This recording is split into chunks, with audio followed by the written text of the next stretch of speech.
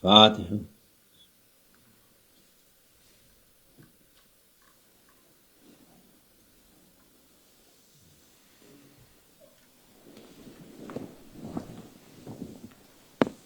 Selamünaleyküm. Bismillahirrahmanirrahim. Salatu vesselamu ala Resulina Muhammedin seyyidil evvelin ve ahirin meded ya Resul meded ya sadat ashabı meded ya meşayih destur ve ala şabla fazla sen şu Muhammed'in meded tarikatuna sahba ve hayru fil cemiyye. Bismillahirrahmanirrahim. Ve nefse ve mesavaha fe elheme fucuraha ve takvaha. Sadakallahu azim. Allah insanın nefsini yaratır, hikmeti kendi bilir. Allah Almighty created humans with an ego, and the Almighty Allah alone knows the wisdom behind it. Kimseye zulmetmez. Allah Almighty does not oppress or wrong anyone. Diyor bu her insanın nefsi var, içindeki şey var. Onu hem iyiliği hem kötülüğü ona ilham etmiş. It is said that every human being has an ego, an inner self, and Allah Almighty has inspired it with both good and evil. O nefsini kontrol eden nefsini temizlemiş olur diyor Allah Azze ve Celle. Allah Almighty says that whoever controls their ego purifies their ego. Onu şey yapmayan nefsine uyup o da kaybeder. The one who fails to do so and yields to their ego is the one who loses. Nefsine uyan kaybeder. Whoever submits and obeys to their ego will perish. Allah Azze ve Celle'nin hikmetine, yaratılışına akıl ermez.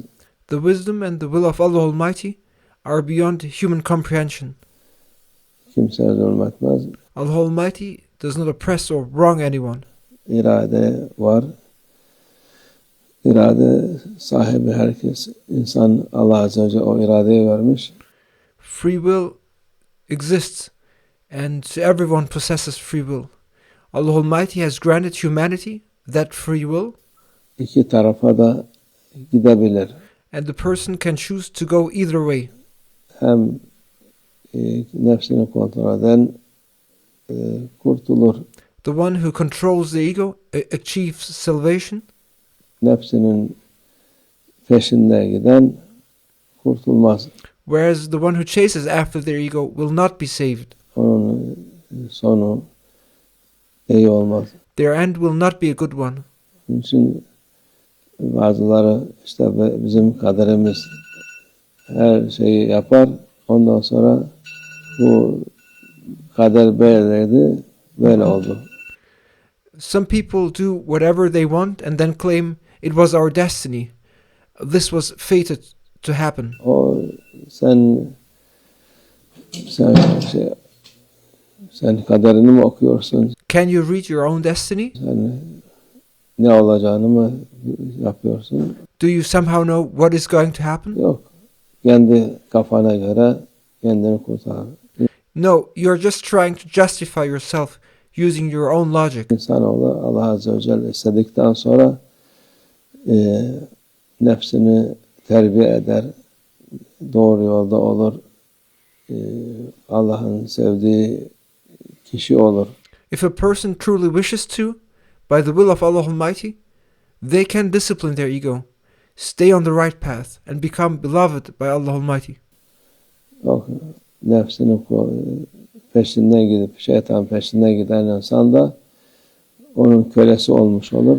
The person who follows their ego and follows shaitan ultimately becomes their slave, Sonu da iyi olmaz. and their end will be tragic. O yol nefs yolu güzel değil. That path, the path of the ego, is not a good one. Nefsini kontrol edip de giden insan o güzel yolda gitmiş olur. Selamete ulaşır. The person who lives by controlling their ego walks upon a beautiful path and reaches salvation. Yolu zor olsa bile, çünkü nefsinin tersine gitmek, nefsinin aksine gitmek biraz zor. Even though it is difficult, because going against your ego, doing the opposite of what it wants, is somewhat hard. Her türlü kolaylığı ister yahut kötülüğü daha fazla, because the ego desires absolute comfort, and it tends to prefer wickedness.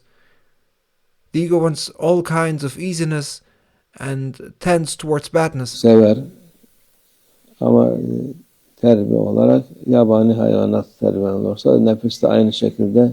However, through discipline, just as a wild animal can be tamed, the ego can be tamed in the exact same way.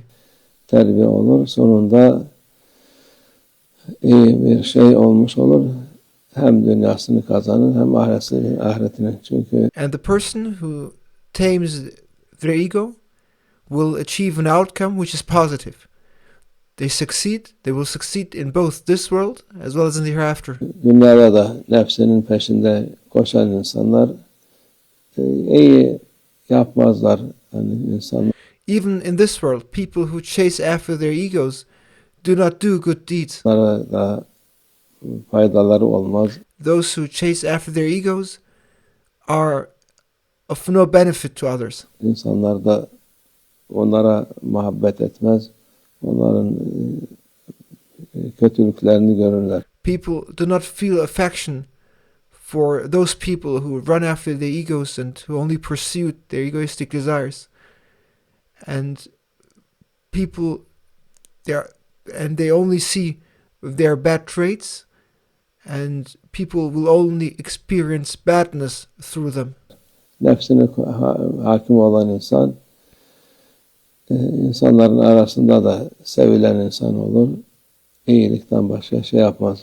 And a person, however, who masters their ego becomes well loved among people and does nothing but good. Allah nefsimizi terbiye edenlerden eylesin bizi hepimiz inşallah. May Allah Almighty make all of us among those who successfully tame their egos, inshallah. Ve minallah tevfik. El-Fatiha.